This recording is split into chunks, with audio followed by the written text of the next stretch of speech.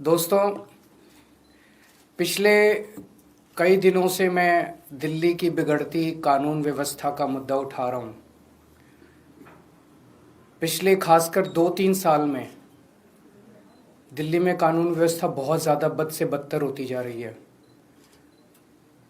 मैं दिल्ली का एक नागरिक हूँ, दिल्ली का मुख्यमंत्री रह चुका हूँ, लोगों में जाता हूँ, लोगों से मिलता हूँ। लोग इसको लेके बहुत चिंतित हैं। दिल्ली के लोग दहशत के माहौल में जी रहे हैं। उन्हें पता नहीं कि कब किसके साथ क्या हो जाएगा। तो पिछले कुछ दिनों से मैं कुछ नहीं बोला। मुझे लगा स्थिति सुधर जाएगी और ये एक ऐसा मुद्दा नहीं है जिस पे राजनीति होनी चाहिए। लेकिन जब स्थिति बद से बदतर होती जा रही है और खुलेआम दिल्ली के अंदर सड़कों के ऊपर गोलियां चलने लगी हैं, ऐसा लगता है कि गैंगस्टर्स ने दिल्ली के ऊपर कब्जा कर लिया है, तो मुझसे चुप नहीं रहा गया और मैंने दिल्ली की कानून व्यवस्था को लेके सवाल खड़े करने चालू किए। मैं नांगलोई गया। नांगलोई में एक दुकान के बाहर दो मोटरसाइकिल पे सवार व्यक्ति आए और उन्हें धुआंधार गोलियां चलानी चालू की। मैं नांगलोई गया। मुझे नांगलोई जाने से बीजेपी का कार्यकर्ताओं ने रोका, मुझे रास्ते में ही रोक दिया, मुझे जाने नहीं दिया, पता नहीं क्यों। पूरे दिल्ली के अंदर आज बिजनेसमैन डर के माहौल में जी रहा है। उसे फिरौती की कॉल आती है। अगर वो फिरौती नहीं देता तो थोड़े दिन के बाद उसके दुकान के सामने शूट आउट हो जाता है, एक मैसेज देने के लिए, संदेश देने के लिए कि अगर तूने नहीं किया तो तेरे साथ कुछ भी हो सकता है। आज बिजनेसमैन को ये नहीं पता मैं सुरक्षा के लिए कहाँ जाऊं। कल मैं पंचशील एनक्लेव गया।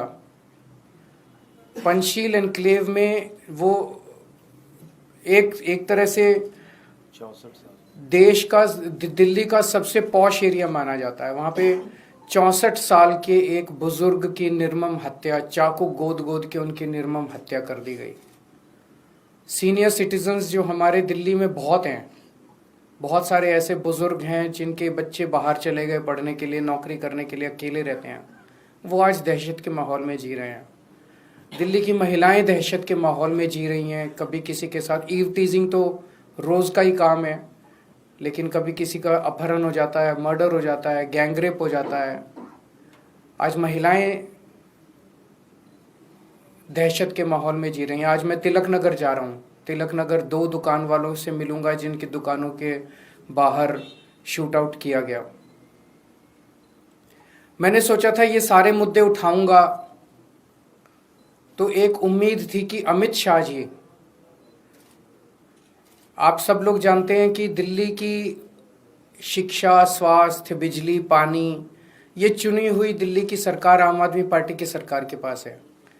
लेकिन दिल्ली की सुरक्षा, दिल्ली की कानून व्यवस्था, दिल्ली के लोगों की सुरक्षा जो है वो केंद्रीय गृह मंत्री के सीधे अंडर में आती है, अमित शाह जी के अंडर में आती है। तो मुझे उम्मीद थी कि मेरे मुद्दे उठाने पे अमित शाह जी कुछ कार्रवाई करेंगे, अमित शाह जी बलात्कारियों को पकड़ेंगे, अमित शाह जी गैंगस्टर्स को पकड़ेंगे, अमित शाह जी पुलिस को बोलेंगे कि इस तरह की घटनाएं अब नहीं होनी चाहिए, अमित शाह जी कठोर कदम उठाएंगे, ठोस कदम उठाएंगे जिससे दिल्ली वासियों को कुछ सुकून मिलेगा। लेकिन इसकी बजाय हमने देखा कि कल मुझ पे हमला करवा दिया गया। मैं पदयात्रा में जा रहा था, मेरे ऊपर एक लिक्विड फेंका गया। वो लिक्विड हार्मलेस था, लेकिन वो हार्मफुल भी हो सकता था। कल हमारे एक एमएलए को गिरफ्तार कर लिया गया। उस एमएलए का कसूर ये था कि वो एमएलए भी इस किस्म के गैंगस्टर्स का विक्टिम था। उसके पास भी फिरौती की और अलग अलग तरह से गैंगस्टर्स की कॉल्स आ रही थी। आज से 1.5-2 साल पहले उसके पास कई सारी कॉल्स आई जिसकी बाकायदा उसने लिखित शिकायत दिल्ली पुलिस को की कि मेरे पास कपिल सांगवान उर्फ नंदू नाम के गैंगस्टर की बार बार कॉल्स आ रही हैं, मुझे धमकियां मिल रही हैं, मेरे परिवार को धमकियां मिल रही हैं, मुझे उनसे बचाइए। मैं उनके एक कंप्लेंट, आप उनकी कंप्लेंट सुनोगे तो आपका भी दिल पसीज जाएगा। जो उन्होंने पुलिस को कंप्लेन की है, मैं उस कंप्लेन के कुछ हिस्से पढ़ के सुनाना चाहता हूँ। ये कंप्लेन उन्होंने की है धालीवाल साहब, जो कि स्पेशल कमिश्नर ऑफ पुलिस हैं, उनको कंप्लेन की है। सब्जेक्ट है complaint against Shri Kapil Sangwan alliance Nandu of Nandu gang and his brother for extending threats of life for the purpose of extortion। इसमें वो लिखते हैं on 23 May 2023, आज से 1.5 साल पहले, I received a WhatsApp call from mobile number so and so and also from mobile number so and so from a person who introduced himself as Kapil Sangwan alias Nandu of Nandu gang, and in the said call he threatened to follow his commands and dictates, failing which he will kill me and my family. To instill serious fear in my mind, he even disclosed the whereabouts of my son। उसने बताया कि तेरा बेटा इस वक्त यहाँ है, अगर तू हमारी बात नहीं मानेगा तो तेरे बेटे के साथ कुछ भी हो सकता। He even disclosed the whereabouts of my son who is living abroad, and also disclosed whereabouts of my other family members. Since then he has called me around 35 to 40 times from the said mobile numbers for the purpose of threatening and extortion. Kapil Sangwan alias Nandu further threatened that he has been giving threats and extortion calls to his potential targets to extract money from them, for which he wants me to act as per his dictates and commands to collect money from his potential targets and hand over to his men। कि फलाने फलाने लोगों से तू पैसे इकट्ठे करके ला और मेरे को हैंड ओवर कर। Since I refused to do so and disconnected his phone, Kapil Sangwan has given WhatsApp call to me number of times and has been pressing for his above said illegal demands and dictates, and has finally conveyed in his last call that he has started extortion calls using my name also. In planning of extortion from his potential targets, Kapil Sangwan wants me to contact his potential targets to convey message of extortion for demand of money and to collect extortion money from his targets. He has also been threatening that if I further refuse to do so, he will instruct his gang members to eliminate me and my family. I have clearly refused to follow the said illegal dictates and have finally decided to bring the matter to your knowledge to protect the potential targets from the illegal acts of said persons। बड़ी लंबी चिट्ठी है, मैंने कुछ portions पढ़ के सुनाया।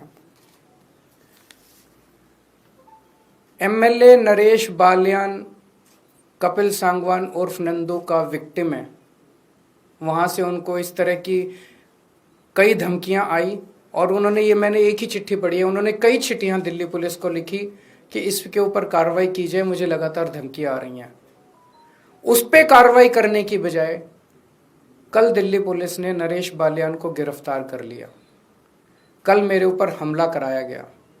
हमारा कसूर क्या था? हमारा कसूर था कि हम लोग दिल्ली की बिगड़ती हुई कानून व्यवस्था की बात उठा रहे थे। कल नरेश बाल्यान की गिरफ्तारी से अमित शाह जी ने दिल्ली की जनता को क्या संदेश दिया है? उन्होंने सीधा सीधा संदेश दिया है कि अगर तुमने कंप्लेन करने की कोशिश करी, अगर तुम्हारे साथ कुछ भी होता है और तुमने कंप्लेन करी, तो तुम्हें ही, तुम्हारे ऊपर हमला भी कराया जा सकता है, तुम्हें गिरफ्तार भी किया जा सकता है। कंप्लेन करने की हिम्मत मत करना। ये सीधा सीधा मैसेज है। गैंगस्टर्स को क्या संदेश दिया अमित शाह जी ने? कि मैं हूं तुम्हें बचाने के लिए, चिंता मत करना। कोई कंप्लेंट आएगी, कंप्लेनेंट की ऐसी तैसी कर देंगे, कंप्लेन करने वाले की ऐसी तैसी कर देंगे, तुम चिंता मत करना, मैं बैठा हूं गृह मंत्रालय में तुम लोगों को बचाने के लिए। कौन बचाएगा फिर लोगों को? लोग किसके पास जाएंगे? लोग किसके पास कैसे शिकायत करेंगे फिर लोग? मैं अमित शाह जी से कहना चाहता हूं कि अगर आपके अंदर हिम्मत है तो आप इन गैंगस्टर्स को गिरफ्तार करके दिखाइए। बच्चा बच्चा दिल्ली का जानता है कि दिल्ली के अंदर कौन कौन गैंगस्टर्स ऑपरेट कर रहे हैं। अगर हिम्मत है तो उन गैंगस्टर्स को गिरफ्तार करके दिखाइए। दिल्ली के अंदर जो मर्डर कर रहे हैं उनको गिरफ्तार कीजिए। दिल्ली के अंदर जो बलात्कार कर रहे हैं, अपराधी घूम रहे हैं, उनको गिरफ्तार कीजिए। मेरे ऊपर हमला कराने से, मेरे एमएलए को गिरफ्तार करने से क्या दिल्ली की महिलाएं सुरक्षित हो जाएंगी? मेरे ऊपर हमला कराने से, मेरे एमएलए को गिरफ्तार करने से क्या दिल्ली के बिजनेसमैन सुरक्षित हो जाएंगे? मेरे ऊपर हमला कराने से, मेरे एमएलए को गिरफ्तार करने से क्या दिल्ली के नागरिक, सीनियर सिटीजन सुरक्षित हो जाएंगे? अब दिल्ली की जनता अमित शाह जी आपसे ठोस कदम की उम्मीद करती है। अगर आपके कोई क्वेश्चंस हैं तो बता दें। कल जो आप पर हुआ उसके बाद ये भी क्योंकि कल आपने परसों जो है वो एक बड़े गैंगस्टर का नाम लिया था, आपने विधानसभा के अंदर कहा था, क्या उसको भी आप लोग जोड़कर देख रहे हैं क्या? मुझे नहीं पता, पर मुझे तो बताया गया कि वो तो बीजेपी का मेंबर है। दिल्ली विधानसभा चुनाव होने सर आप पदयात्रा निकाल रहे हैं, दूसरी तरफ बीजेपी परिवर्तन यात्रा निकालने की बात कर रही है दिल्ली में। निकालने दीजिए सबको। देश जनतंत्र है और स्वाधीन देश है, सबको अपनी अपनी यात्रा निकालने का अधिकार है। सर, विधानसभा चुनावों की अब सुगबुगाहट शुरू हो गई है, गठबंधन की लगातार बातें चल रही हैं, तो क्या दिल्ली में कोई गठबंधन नहीं होगा। Thank you. नमस्कार, मैं हूं मानक गुप्ता। अगर आपको हमारा ये वीडियो पसंद आया हो तो इसे लाइक और शेयर जरूर करें, और हाँ, हमें सब्सक्राइब और फॉलो करना ना भूलें ताकि आप देश और दुनिया की कोई खबर मिस ना करें। तो जुड़े रहिए हमारे साथ और देखते रहिए News 24।